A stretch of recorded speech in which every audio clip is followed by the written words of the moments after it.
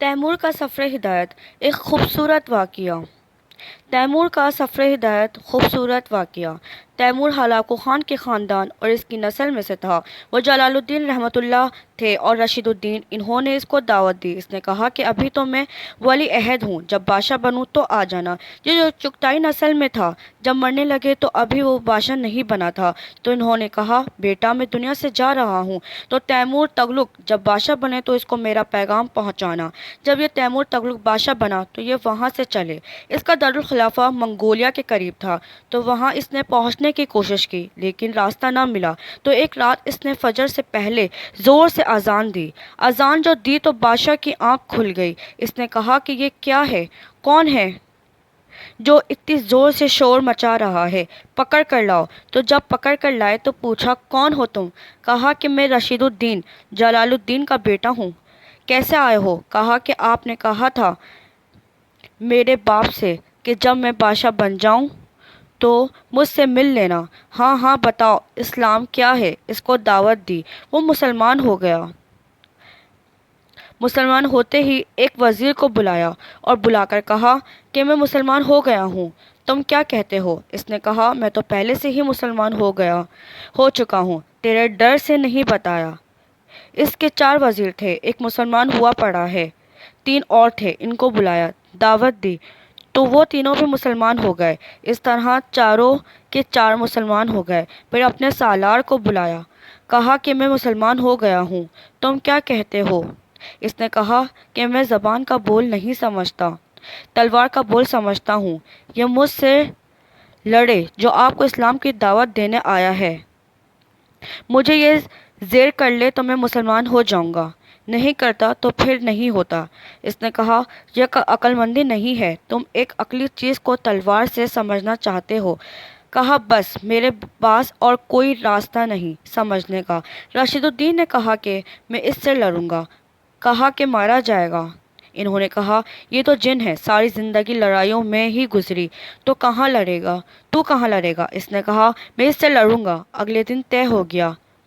شہر میں منادی ہو گئی۔ اس نے رات کو اللہ سے دعا کی، اللہ تیرے کام کو آیا ہوں، مروانا ہے تو مروا دے، کروانا ہے تو کروا دے۔ اگلے دن شہر اکٹھا ہوا، لوہے کی 2 زریں پہن کر آیا اور دونوں ہاتھ میں تلوار، ان کے ہاتھ میں خنجر بھی نہیں، خالی ہاتھ، اس کے دونوں ہاتھوں میں تلوار۔ جب مقابلے میں آیا تو کہا یہ لو میری تلوار۔ انہوں نے الٹے ہاتھ میں تلوار لے لی اور سیدھے ہاتھ سے اس کے سینے پر یوں مکہ مارا۔ جب اس کو مکہ لگا ہلکا سا تو 3 قلب بازیاں کھا کر وہ زمین پر گرا اور بے ہوش ہو گیا۔ جب ہوش میں آیا تو کہنے لگا کہ مجھے ایک ہی مکے سے اسلام سمجھ میں آ گیا ہے، اتنا ہی کافی ہے، زیادہ کی ضرورت نہیں ہے۔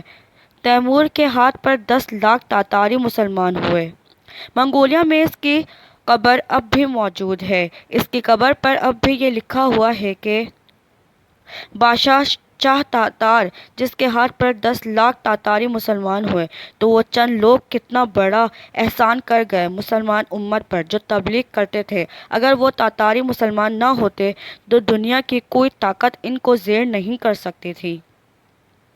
3 دن بغیر کھائے گھوڑے کی پشت پر دوڑے چلے جاتے، زیادہ پیاس لگتی تو یوں گھوڑے کی پشت پر خنجر مارتے تھے، اس میں سے خون نکلتا تھا، وہی پی لیا کرتے تھے۔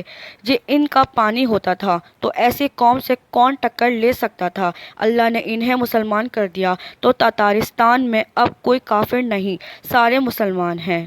روس میں جو ریاست ہے تاتارستان، تو جب ہم تبلیغ کے کام کی گہرائی کو سمجھیں، اللہ نے اس امت کو بڑا ہی عظیم الشان کام دیا تھا۔ اپنی گزار کر ہر کوئی تو چلا ہی جائے گا، کیوں نہ سفر ایسے گزرے کہ آنے والی نسلوں پر ہم احسان کر کے جائیں اور ہمارے لیے ثواب کے سلسلے چلتے ہی رہیں۔ اس میں اپنے ایمان کی بھی حفاظت ہے۔ باہر کی فضا تو دیکھیں، اس لیے بھائی گزارش یہ ہے کہ آپ خود اپنے طور پر مسجد میں آئیں۔ یہ ٹھیک ہے اگر ختم نبوت سے مناسبت ہے تو یہ سوچیں کہ اور کتنوں کو مسجد میں لانا ہے۔ اپنی گلی میں سوچیں کہ کتنے لوگ ہیں کہ جو مسجد میں آتے ہیں، کتنے نہیں آتے۔ جو نہیں آتے تو ان کو سلام کرنا، اپنی اپنی گلی میں آپ دیکھیں، اپنے گھر میں دیکھیں کہ ہمارے گھر میں کتنے نماز پڑھتے ہیں، کتنے نہیں پڑھتے ہیں، ان کو کیسے نماز پڑھ لاؤں۔ میری گلی میں کتنے ہیں جو نماز نہیں پڑھتے۔ یہ نہیں کہ پہلے اپنے گھر والوں پر بعد میں، اور یہ ضروری نہیں کہ اپنے گھر والوں پر بھی ہو، ساتھ والوں پر بھی ہو، برابر والوں پر بھی ہو، یہی سنت ہے۔ تو اس وقت پوری دنیا کے مسلمان قابل رحم ہیں۔ یہ تبلیغ کا کام دیکھو نا، سارا باطل محنت کر رہا ہے کہ ان کی نسل کو خراب کر دو۔ ان کی یہ اسکیم ہے۔ اللہ پاک ہمیں دین کے لیے سخت محنت کرنے والا بنا دے۔